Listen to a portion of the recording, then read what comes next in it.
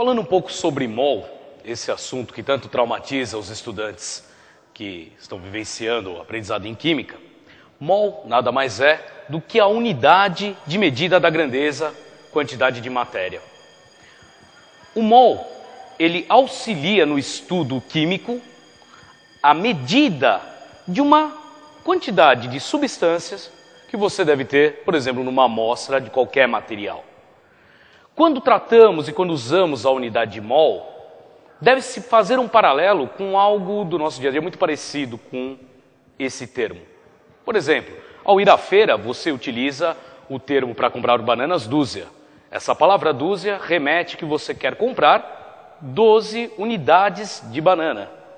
Mas na química, as espécies que trabalhamos são extremamente pequenas. Átomos, moléculas, por exemplo. Essas substâncias devem então ser medidas, por serem muito pequenas, numa grandeza que seja adequada, usando uma unidade que seja também adequada. Para bananas, usamos a dúzia, que representa 12 unidades. Para átomos, moléculas, utilizamos o mol, que representa uma certa quantidade também. Então, fazendo um paralelo, mol e dúzia são palavras que têm o mesmo sentido, vão reproduzir uma determinada quantidade. O dúzia representando 12, por exemplo, o mol representa uma certa quantidade de partículas, sejam átomos, ou moléculas, ou íons, etc.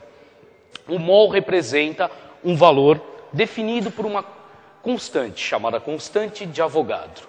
E sempre quando falamos em mol e medimos as quantidades químicas em mol, estamos falando desta quantidade, que é aproximadamente 602 sextilhões, aproximadamente esse valor, 6,02 vezes 10 a 23 unidades em cada mol.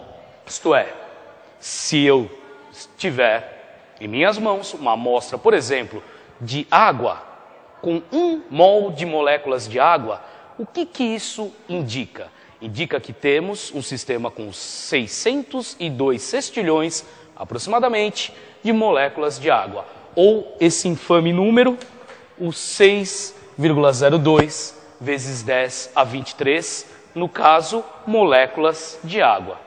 Ok? Esse é um toque só para você fazer essa analogia.